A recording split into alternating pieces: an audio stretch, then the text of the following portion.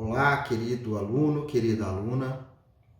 Hoje nós daremos início ao estudo da unidade de número 12, cujo título é o contrato de empréstimo, ok? Emprestar as coisas é algo muito comum na sociedade, mas também é algo muito comum na sociedade falarmos de empréstimos bancários, por exemplo. Então, da mesma maneira que eu posso emprestar um serrote para o meu vizinho, que precisa podar uma árvore, alguém pode ir até uma instituição financeira e fazer um empréstimo de dinheiro. O nosso Código Civil, seguindo a tradição histórica desta modalidade contratual, definiu que o empréstimo pode ser classificado como um contrato de comodato ou então um contrato de mútuo. Basicamente, então, as nossas aulas da unidade 12 vão ser divididas nas suas 5 sessões no estudo, inicialmente, do contrato de comodato e, num segundo e último momento, no contrato de empréstimo. Está bem? Você pode acessar o Código Civil e verificar que esses dois contratos, comodato e mútuo, estão vinculados então a um tema global que é o contrato de empréstimo. O Código Civil organiza esses temas a partir do artigo 579, está bem? E finaliza esse estudo no artigo 592. Portanto, são poucos artigos de fácil compreensão e eu até indico que, se possível, você faça uma leitura dos artigos do Código antes mesmo de seguirmos com essa aula, beleza? Você recebeu os slides para o controle dessa disciplina. Na unidade 12, então, nós temos 5 sessões. As 3 primeiras você está vendo aí destacado em cor azul. As 3 primeiras tratam do comodato e as 2 últimas tratam do mútuo. Os 2 modelos contratuais referentes ao gênero empréstimo. Está bem? Se você quiser tomar nota, basicamente, então, nós estamos falando de contrato de empréstimo. Num primeiro momento, nós falaremos de comodato e num segundo momento, nós falaremos de mútuo. Está bem? Então, comodato, seção 1, 2 e 3 e mútuo, seção 4 e 5.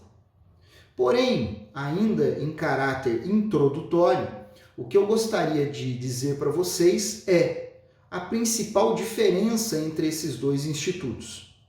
E a diferença nos faz recordar de direito das obrigações. Por quê? No contrato de comodato, o empréstimo se dá ou recai sobre uma coisa infungível, que não pode ser substituída. Então, no comodato, eu empresto um objeto e você deve me devolver o próprio objeto. Isso é comodato. E mútuo, diferença. No contrato de mútuo, eu te empresto uma coisa e você me devolve outra coisa da mesma qualidade e do mesmo gênero. Então, no comodato, eu te devolvo exatamente aquilo que você me emprestou. No mútuo, eu devolvo outra coisa da mesma qualidade. Portanto, e finalizando isso, essa diferença é essencial. No comodato, a obrigação é de devolver coisa certa. No mútuo, a obrigação é de devolver coisa incerta. Beleza? Bacana. Vamos então nos dedicar agora à primeira sessão, que trata do conceito e da natureza jurídica do contrato de comodato. Portanto, são tópicos essenciais deste contrato, comodato, dessa modalidade de empréstimo, e que nós veremos aí pontuados em 2 slides. Então, o primeiro tópico, já falamos. Comodato é chamado de empréstimo de uso. Eu te empresto uma coisa para você usar. Ao final do contrato, você me devolve aquela mesma coisa. Então, sei lá, eu estou sem nenhum livro aqui, mas eu poderia lhe emprestar esse mouse de computador. Está bem? E eu emprestaria o mouse para que você usasse, empréstimo de uso, e você me devolveria o próprio mouse. Empréstimo de uso que recai sobre uma coisa infungível, que não pode ser substituída. Está bem? Então, é muito importante que você perceba que ao falarmos de empréstimo de uso, o comodante está transferindo para o comodatário a posse do objeto, a posse útil do objeto, para que ele possa usar da coisa. Lembrem-se, o proprietário é aquele que detém sobre a coisa 4 direitos: usar, usufruir, dispor, reivindicar. Quem é dono da coisa tem o direito de usar, mas quem é possuidor também tem o direito de usar. Então, quando eu lhe empresto esse mouse, não importa se ele é ou não da minha propriedade, eu tenho a posse sobre ele, eu empresto o mouse para que você possa usar o mouse, exercer sobre a coisa esse direito de uso. Então eu lhe transfiro a posse do objeto, do mouse, para que você possa usar o objeto e ao final devolver ele mesmo, já que o comodato é um empréstimo de uso que recai sobre coisa infungível. Está bem? Analisando as características desse contrato, a sua natureza jurídica, nós podemos entender que ele é um contrato necessariamente gratuito.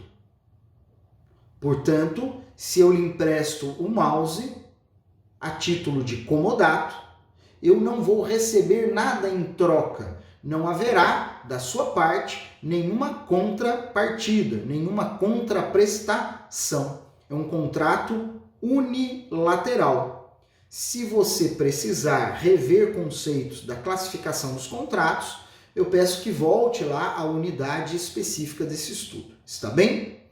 Sabemos então que ele é gratuito, sabemos então que ele é unilateral, sabemos ainda que o comodato é um contrato não solene. A lei, o Código Civil, não exige nenhuma solenidade para que esse contrato se formalize. Significa dizer que a sua forma é livre, não há solenidade. Porém, esse é um contrato real. Ele efetivamente se perfaz com a entrega da coisa, com a entrega do objeto.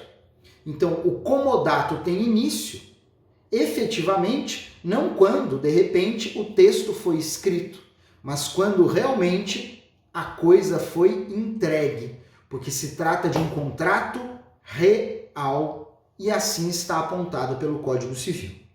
Também dizemos que é um contrato temporário, porque o empréstimo a título de comodato significa use a coisa por um tempo e me devolva.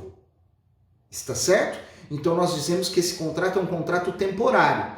Pode ser celebrado com prazo determinado, ou então eu posso emprestar algo a título de comodato para alguém sem fixar prazo.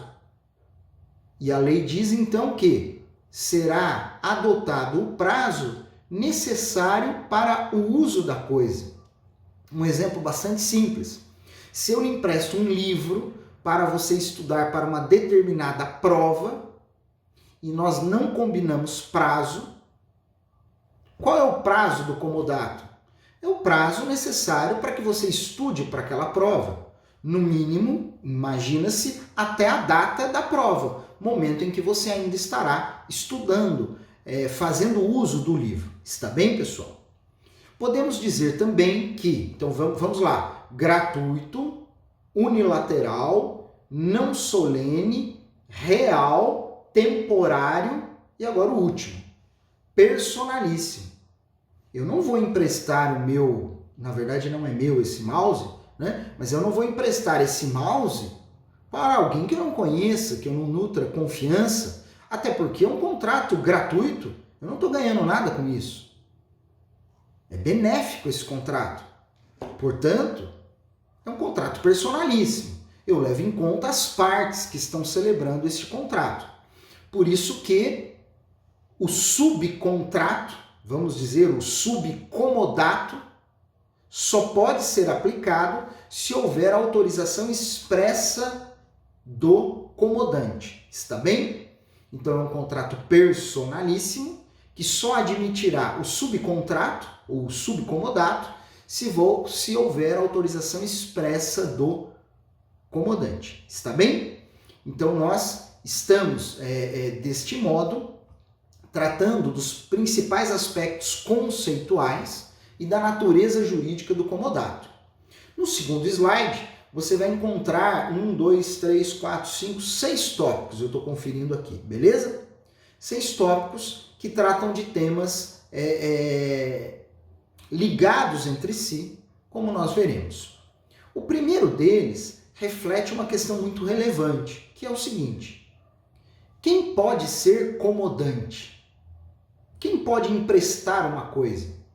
Ora, o comodato transfere a posse útil da coisa. Então eu só posso transferir aquilo que eu tenho. Então veja, o comodante não necessariamente precisa ser proprietário da coisa. O comodante pode ser um simples possuidor. Pode ser o proprietário também, mas ele pode ser um simples possuidor. Então nós dizemos que a figura do comodante será aquele que tenha um direito sobre o objeto do comodato, seja ele um direito real de propriedade ou mesmo qualquer direito pessoal que lhe permita o uso da coisa, que lhe dê a posse da coisa. Quem tem posse pode dar em comodato, via de regra, assim como o proprietário também pode ceder em comodato. Está bem? Mas vejam que aqui o importante é entendermos: comodante não precisa ser dono da coisa. Isso é o mais importante. Basta que ele exerça sobre a coisa um direito real ou pessoal que lhe permita ter a posse e possa então ele transferir essa posse para o comodatário. Existe uma restrição no Código Civil. Quem é tutor ou curador não pode ceder em comodato o uso dos objetos daquele que é seu tutelado. Está bem? Então, imagine que se uma determinada pessoa é incapaz por qualquer razão, existe lá um processo judicial de interdição que nomeia um curador, o curador não pode dar em comodato os objetos daquele, né, cujo qual recai todos os seus cuidados, o curatelado ou o tutelado. Está bem? É uma restrição legal. Bom, eu já havia mencionado que o comodato pode se construir com prazo determinado ou com prazo indeterminado. Mas o código aqui trabalha da seguinte forma: o comodato pode ter prazo determinado. E se não for fixado prazo determinado, se não for fixado prazo, qual é o prazo? O código diz: o tempo necessário para o uso daquela coisa, naquelas circunstâncias. Eu me lembro numa prova que eu apliquei há muito tempo atrás na faculdade, que nós usamos um exemplo que é bastante comum na doutrina clássica, que era um empréstimo de material agrícola. Imagine o comodato de um trator. Eu tenho lá 2 fazendeiros que são vizinhos, tá certo? Na área rural. Um fazendeiro procura o outro e diz assim: olha, eu preciso fazer a colheita na minha área rural, você pode me emprestar o seu trator? Claro, eu vou fazer comodato do trator, diz o outro vizinho. E ele empresta o trator. E eles não combinam prazo. Ora, qual é o prazo? Se não foi fixado prazo determinado para o comodato, O prazo é o tempo necessário para o uso da coisa de acordo com aquela finalidade. Está bem? No meu exemplo, eu teria que aguardar o tempo da colheita para poder exigir a devolução daquele trator. Está certo? Bacana. Ou seja, eu vou avaliar o objetivo, o destino do uso da coisa, para, a partir daí, compreender o prazo do contrato, caso ele não tenha sido fixado com o tempo certo, com prazo determinado. Está bem? Se não houver, bom, vamos lá. Se houver prazo, quando é que o comodante pode exigir a devolução da coisa? No termo final, na data final do contrato. E se não houver prazo, Chacon, quando é que eu posso exigir a devolução da coisa? Voltemos ao exemplo do trator. Eu só poderia exigir a devolução do trator ao fim do tempo da colheita, porque aquele era o destino do uso da coisa no meu empréstimo. Por isso, então, que se eu tenho prazo, o comodante pode exigir a devolução da coisa no prazo. Se eu não tenho prazo, o comodante vai ter que aguardar aquele período necessário de acordo com o destino da coisa. Sendo que a lei exige que o comodante, nesta última hipótese, notifique o comodatário para dizer assim: comodatário, já passou o tempo necessário para o destino que nós tínhamos. Portanto, me devolva o objeto. Está bem? No contrato de comodato por prazo determinado, a mora é ex re. O tempo interpela o homem, mora ex re. No comodato sem prazo determinado, a mora é ex persona. O homem interpela o homem. No prazo determinado, chegou o prazo, encerrado o contrato, tem que devolver a coisa.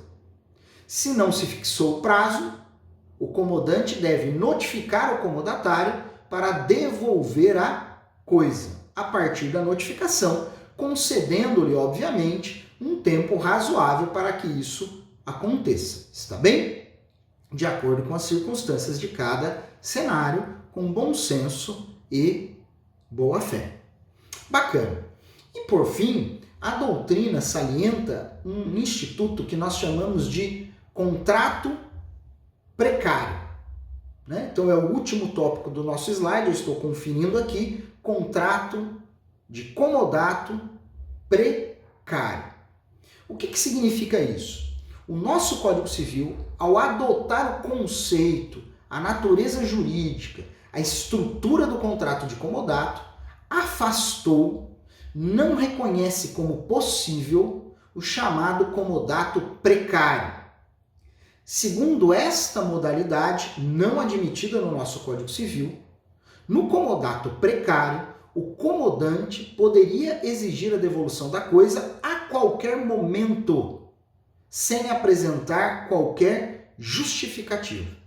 Não, nós não aceitamos essa modalidade no nosso direito civil.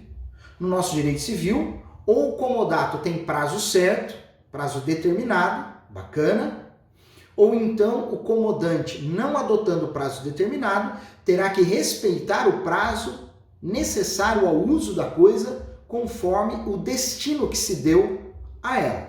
Beleza? Eu não posso então celebrar um comodato onde a qualquer momento eu possa pedir a restituição do objeto. Salvo, obviamente, motivo grave de força maior que justifique a exigência da devolução antecipada desse objeto. Está bem? Ficamos por aqui então com a seção de número 1 da unidade 12, contrato de empréstimo, falando agora de comodato. Um grande abraço, eu vejo você na próxima aula.